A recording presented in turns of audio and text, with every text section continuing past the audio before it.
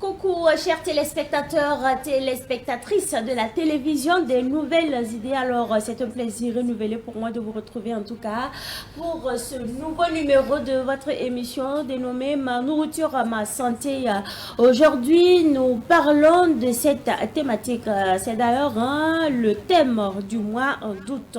Boissons vendues sur le marché, les normes de sucre sont-elles respectées et pourquoi est-ce important? Et pour en parler justement, nous recevons sur ce plateau le docteur Noël Sawadgo, médecin généraliste. Alors docteur, bonsoir et bienvenue sur ce plateau. Oui, bonsoir Mireille et merci beaucoup pour l'accueil. Et comment se porte la Fondation Revue? On sait que vous venez de la Fondation Revue. Hein? Ah oui, oui, oui, oui. La Fondation Revue se porte à merveille, toujours avec ces défis de pouvoir accompagner la population dans la prise en charge de sa santé, surtout dans la prévention. Surtout Dans la en prévention. consommant des produits purement et simplement bio, il faut le préciser. Effectivement, surtout en consommant des produits purement et simplement bio, que ce soit du moringa, que ce soit des champignons purement bio. Vraiment, de telle sorte qu'à long terme, il n'y ait pas des effets secondaires sur la santé. En tout cas, la Fondation accompagne les consommateurs car il est très important de consommer bio aujourd'hui parce qu'aujourd'hui on fait face à plusieurs maladies telles que le cancer, l'hypertension, le diabète et vous êtes là justement pour accompagner la population. Merci bien. Docteur, alors pourquoi est-il important de parler aujourd'hui de sucre contenu dans les boissons? Bon, il est d'abord déjà merci pour le thème. C'est un thème vraiment d'actualité et très important pour sensibiliser la population qui nous suit d'ailleurs. Parce que très souvent, on n'arrive pas à prendre conscience de la quantité de sucre que nous consommons. Maintenant, le thème est vraiment très important dans le sens qu'elle permet d'interpeller la population, de faire vraiment attention à la consommation de sucre en fait. Et pourquoi on s'intéresse aux boissons ici? Parce que les boissons, quand tu consommes peut-être la boisson, tu vas voir qu'il y a beaucoup de sucre que la personne en prend. Pourtant, quand il va s'asseoir, peut-être manger, peut-être du repas, un aliment solide qui contient du sucre, le fait de marcher, le fait d'avaler, le volume contenu même dans la bouche, tout cela contribue à l'effet de satiété. Donc la personne se sent qu'il est rassasié. Pourtant, avec les boissons, il peut boire peut-être jusqu'à 3-4 bidons de boissons sans pour autant sentir que son ventre est plein. Pourtant, la quantité de sucre qu'il a consommé, si on va essayer de représenter selon les aliments solides qu'il devait consommer pour avoir cette quantité de sucre, ce serait vraiment difficile. Donc, il est vraiment important vraiment que nous discutons autour de ce thème pour encore sensibiliser la population sur les bonnes mesures afin de prendre soin de leur santé. Parce que consommer trop de sucre nous envoie vers des maladies chroniques. Et quelles sont justement les principales boissons sucrées que nous consommons au quotidien, docteur? Il y a plusieurs boissons sucrées que nous consommons. Déjà, certainement, mon prédécesseur en a parlé largement. Mais déjà, on peut voir les jus purs. Les jus purs, c'est peut-être, on prend peut-être les oranges, on compresse. Le jus que nous obtenons, c'est du jus pur. On n'a pas ajouté du sucre à l'intérieur. Ça, c'est le jus pur. Et deuxièmement, les nectars industriels. Le nectar de mangue, par exemple, ils ont pris la mangue elle-même, ils ont ajouté du sucre avec de l'eau pour obtenir cette boisson. Donc, les nectars. Et en plus de ça, il y a d'autres boissons telles que les sodas. Les sodas, en exemple, bon, je ne vais pas donner de nom précis, mais je pense qu'ils en connaissent quand même. Oui, oui. Les sodas qui sont là. Et pour terminer, les boissons énergétiques. Les boissons énergétiques, souvent, ils sont riches en sucre et ils contiennent beaucoup de caféine. Très souvent, des gens, bon, pour ne pas dormir, parce qu'ils doivent travailler, ils ont beaucoup de choses à gérer. Ces derniers consomment beaucoup ces boissons énergétiques-là, se disant que ça leur donne de l'énergie. C'est vrai, on peut focaliser sur la quantité de sucre contenue dans ces boissons, mais il y a d'autres substances en réalité qui sont contenues dans ce genre de boissons, qui sont délétères pour les reins et les cellules. Et parlant justement du jus naturel, moi je prends juste un exemple là. Certaines personnes aiment consommer par exemple le jus de bissap ou encore quoi, du zomcom, du jus de gingembre. On s'est dit alors c'est du jus naturel et pourtant en réalité si on va bien voir, c'est pas vraiment du jus naturel. Bon, concrètement, quand on dit jus naturel, en réalité, le jus pur. Le jus pur est la bonne définition vraiment du jus naturel. Quand on dit le jus pur, c'est un jus, tu as pris le fruit et tu en as extrait le jus carrément. C'est pur en fait. Là, Sans c'est tout, ajouter. mais c'est sans rien ajouter. Ah, Pas de sucre, pas d'arôme, rien du tout. Ça, c'est purement naturel. Et quand tu consommes ça, bon, comme c'est du sucre naturel, et puis il y a des fibres qui sont contenues à l'intérieur avec d'autres éléments, ça fait que l'organisme prend un peu de temps pour digérer. Ça veut dire que l'entrée du sucre contenu dans ce jus pur-là rentre progressivement dans le sang. Et là, ça permet à l'organisme, précisément l'organe qui gère le fait de réguler le taux de sucre, le pancréas, de sécréter également progressivement l'insuline pour jouer le rôle. Tandis que, si on prend les autres jus que vous avez cités, le bissap, le jus de zomco ou bien le théodo, Oui, oui. ils vont prendre peut-être le pain de singe, mettre de l'eau pour rendre ça liquide et ajouter du sucre. Pourtant, le sucre, en ajoutant, il ne se réfère pas à une norme pratique en fait. Mais ils vont goûter, voir est-ce que c'est bien sucré. C'est un subdosage même parfois. C'est ça. On ajoute, on ajoute même quoi? De l'arôme. Oui, c'est ça. Et le souci est que c'est comme le sel. Le sel, le goût est relatif à chacun. La personne qui produit peut-être le zomcom ou peut-être le théodo, lui, quand elle va aller goûter, elle va voir que non, il n'y a pas assez de sucre. On va ajouter. Pourtant, ceux qui ne sont pas trop habitués, peut-être on va en revenir d'ailleurs, quand on va parler des enfants et des adolescents, je vais venir avec plus d'éléments de réponse.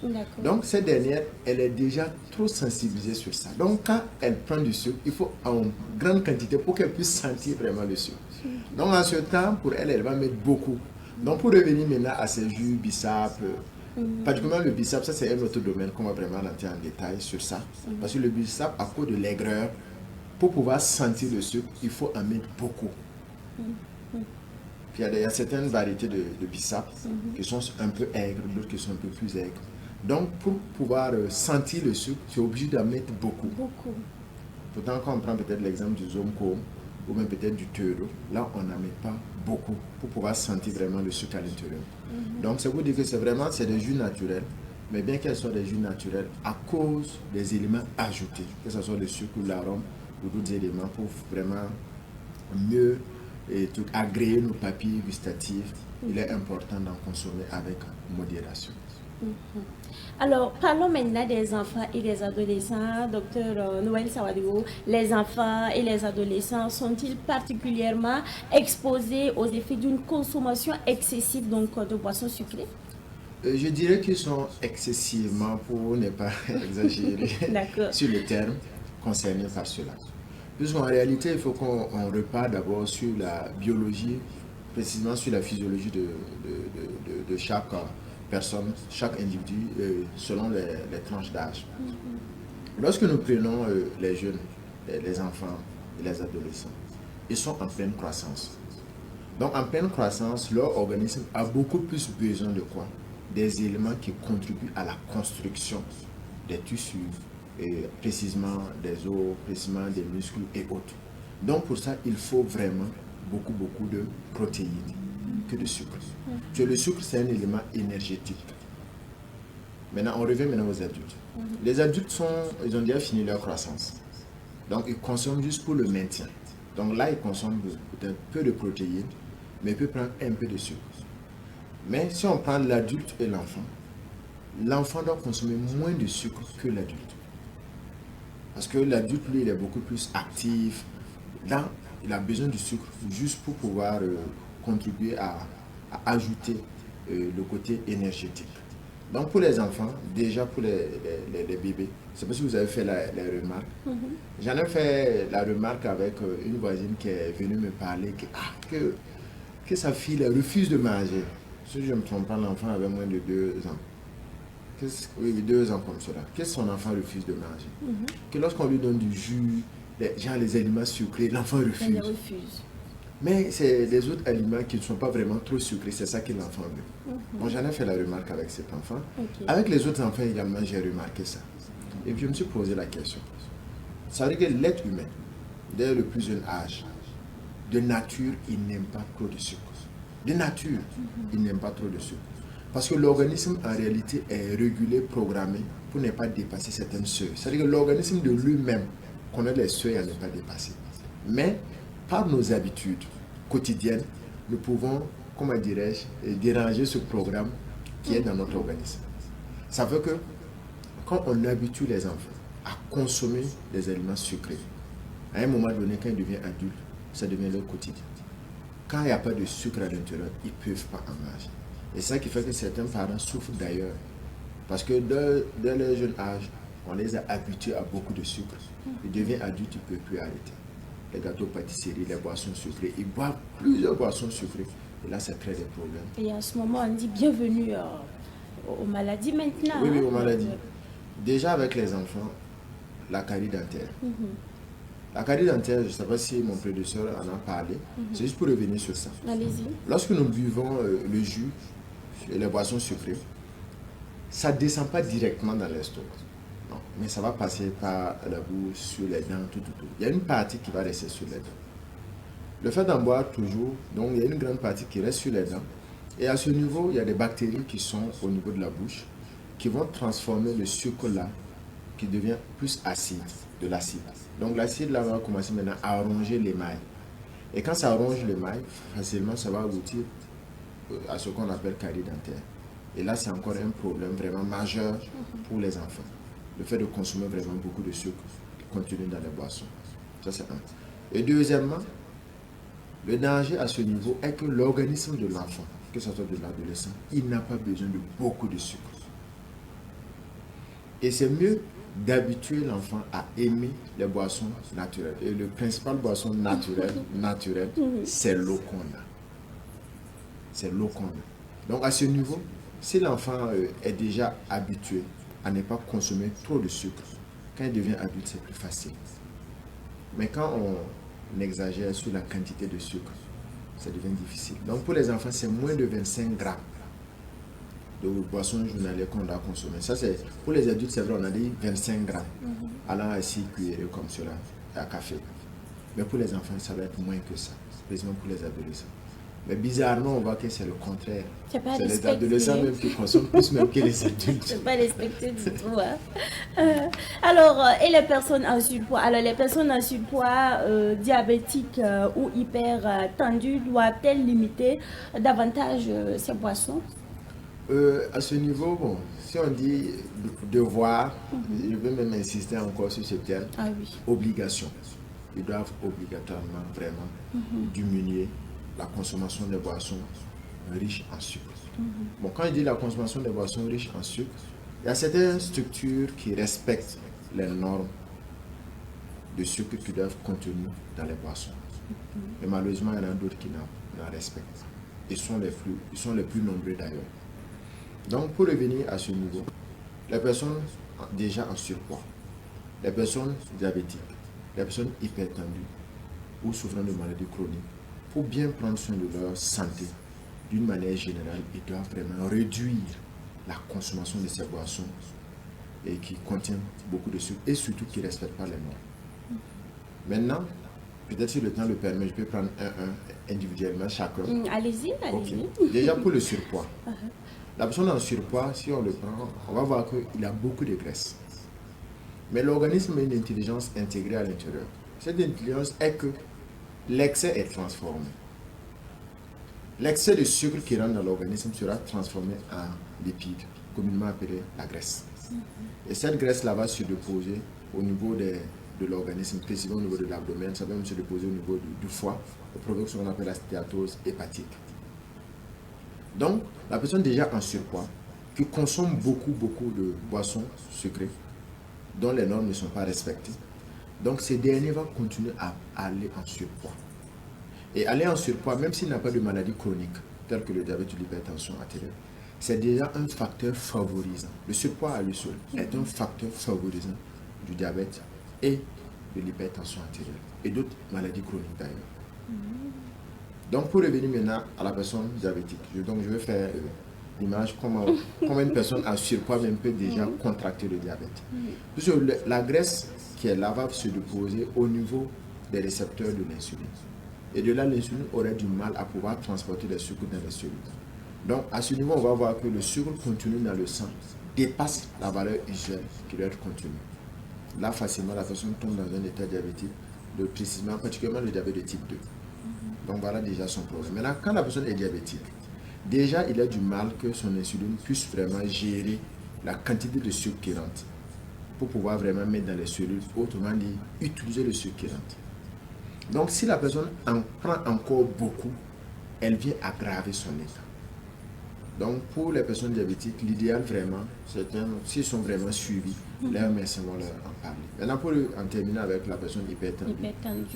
C'est bon d'une manière générale de veiller sur l'alimentation saine. C'est vrai, on dit de ne pas consommer beaucoup de sel. Mais le sucre contenu, consommé beaucoup, qui se transforme en graisse et se dépose au niveau du cœur ou même des vaisseaux, aggrave l'hypertension artérielle. Donc d'une manière générale, en particulier et surtout pour cette personne souffrant déjà de maladies chroniques, il faut vraiment porter un regard sur la consommation de ces boissons. Docteur Noël Sawadgo, une personne mince et apparemment en bonne santé peut-elle être également exposée aux conséquences d'une consommation excessive de sucre? Souvent on se dit, on est mince donc ça peut aller. Effectivement, c'est un peu, je dis, bon, je ne suis pas gros, je peux en consommer comme je veux, la quantité que je veux. Et d'autres même en abusent. D'autres disent même, je fais le sport, donc je peux en consommer beaucoup parce que je vais éliminer ça dans le sport. Bon, je vais d'abord répondre à la question qui a été posée. Puisqu'en réalité, tout le monde est concerné. Que la personne soit mince, maigre, la personne est concernée. Parce qu'en réalité, quand on rentre dans l'organisme, il y a ce qu'on appelle l'homéostasis. Ça veut dire qu'il y a un équilibre pour chaque individu. Il y a un équilibre du taux de sucre qui n'est pas dépassé. Maintenant, qu'il soit mince, qu'il soit en surpoids, c'est la même chose. L'équilibre est la même chose, qu'on soit en surpoids, qu'on soit mince, c'est la même chose.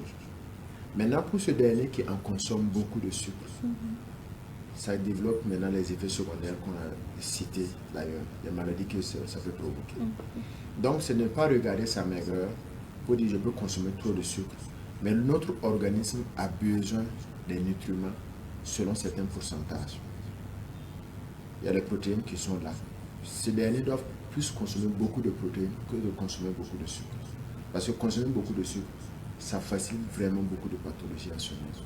Et pour ça, oublier, je vais ajouter les antécédents. Il y a certains antécédents que malheureusement les gens ne demandent pas à leurs parents. Dans notre famille, quelles sont les maladies que nos aïeux ont développées, tout. Afin d'avoir une idée de quel facteur génétique ces derniers portent. Mais ils n'en demandent pas. Donc, que tu sois maigre ou pas, c'est mieux d'être prudent. Et j'en ai d'ailleurs connu des personnes diabétiques qui sont maigres. Qui sont minces d'ailleurs. Pourquoi existe-t-il des normes concernant la teneur en sucre des boissons? Cela est vraiment très important qu'il existe des normes pour vraiment encadrer. Maintenant, pourquoi il existe des normes à ce niveau? Puisqu'en réalité, nous sommes dans la société et il y a plusieurs types de personnes et eux, ce qui les intéresse, c'est leur argent qui les intéresse. Ils ne se préoccupent pas de la santé de tout. Donc ces normes ont été données, souvent issues de l'Organisation mondiale de la santé, qui les donne. Donc, et chaque pays peut vraiment adapter dans son contexte. Et maintenant, quand chaque pays adapte dans son contexte, il va maintenant donner des normes à respecter.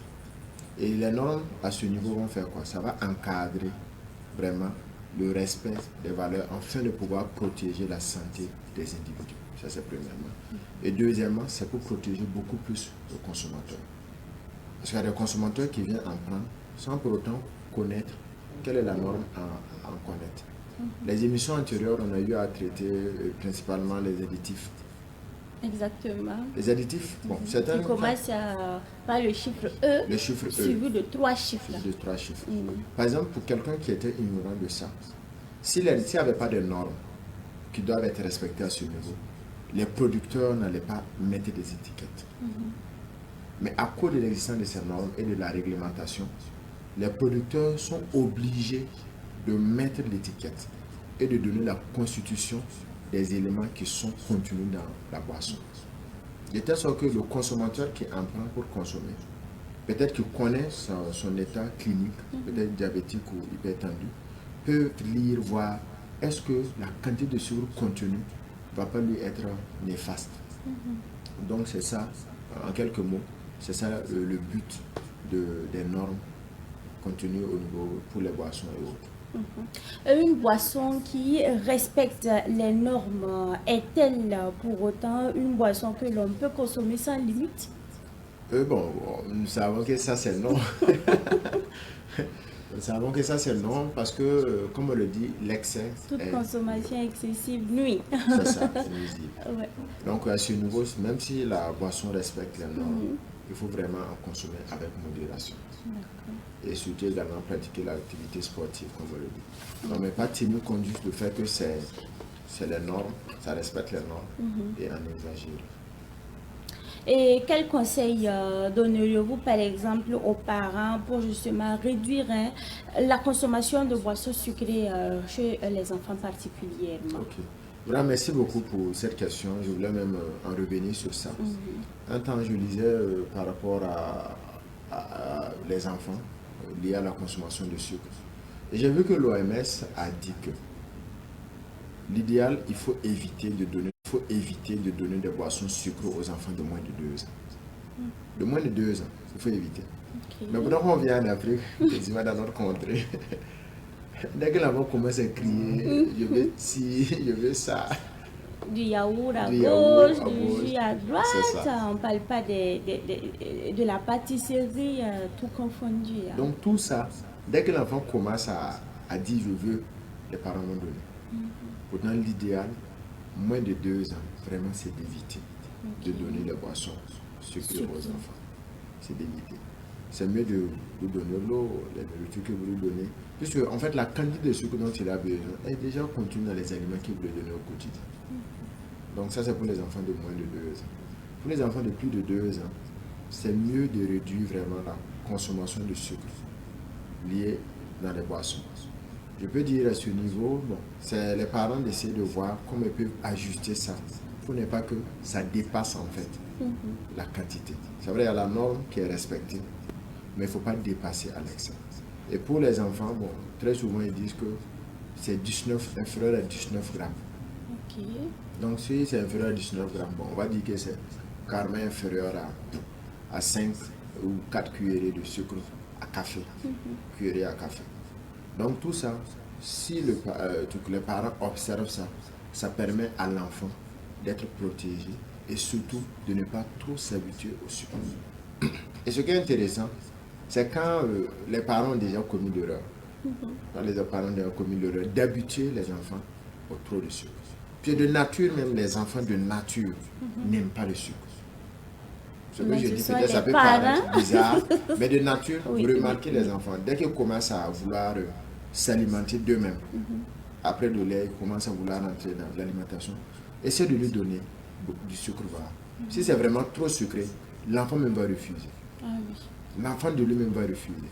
Donc c'est déjà essayer d'observer et aller progressivement. Vous voyez d'abord, si l'enfant refuse, si l'enfant ne veut pas, c'est déjà un mot aussi. Maintenez ça. Maintenant, si c'est l'enfant qui réclame, essayez de différer le temps de consommation. Puisqu'il y a la quantité consommée et à la fréquence de consommation. Donc les parents doivent veiller à la quantité de consommation, également à la fréquence à laquelle l'enfant consomme. Peut-être si c'est des jus dont les normes sont respectées, ils peuvent essayer d'aller une fois, peut-être chaque 3 jours, chaque 2 jours comme ça. Et plus la fréquence est un peu lancée, ça permet progressivement à l'organisme de l'enfant de s'habituer à ça. Et c'est vraiment délétère parce que pas une reproche aux parents, parce que moi je suis parent. Tout à fait. Mais c'est vraiment avoir un regard sur les enfants. Parce que les habituer à consommer trop de sucre, à un moment donné, vous ne pouvez plus contrôler. C'est pas bon pour la santé. C'est pas bon pour la santé. Et l'enfant de nature même va vouloir maintenant une nature secondaire parce qu'elle s'est habituée, comme le dit, l'habitude devient une seconde nature. Oui. Elle va avoir tendance à consommer beaucoup de sucre. Docteur, il y a tellement de choses à dire, mais malheureusement, nous sommes à la fin de l'émission. Quel est votre mot de fin pour conclure cette émission? Le mot de fin, c'est: il ne faut pas regarder la papille gustative juste pour se faire plaisir, mais il faut regarder sa santé. C'est plus important que ça. D'accord. Merci bien, docteur. Alors, je rappelle à nos téléspectateurs que nous recevions sur ce plateau le docteur Noël Sawadgo, médecin généraliste. Merci à vous, docteur, d'être passé sur ce plateau. Je vous retrouve très prochainement pour un nouveau numéro donc, de cette émission. Alors, c'est donc tout pour cette émission que j'ai pris en tout cas du plaisir à vous présenter. Merci à vous pour votre constante fidélité. Nous disons merci à l'équipe de production. Merci également à l'équipe de réalisation. On se dit bye bye et à très bientôt pour un nouveau numéro de votre émission dénommée Ma nourriture, ma santé. Bye bye.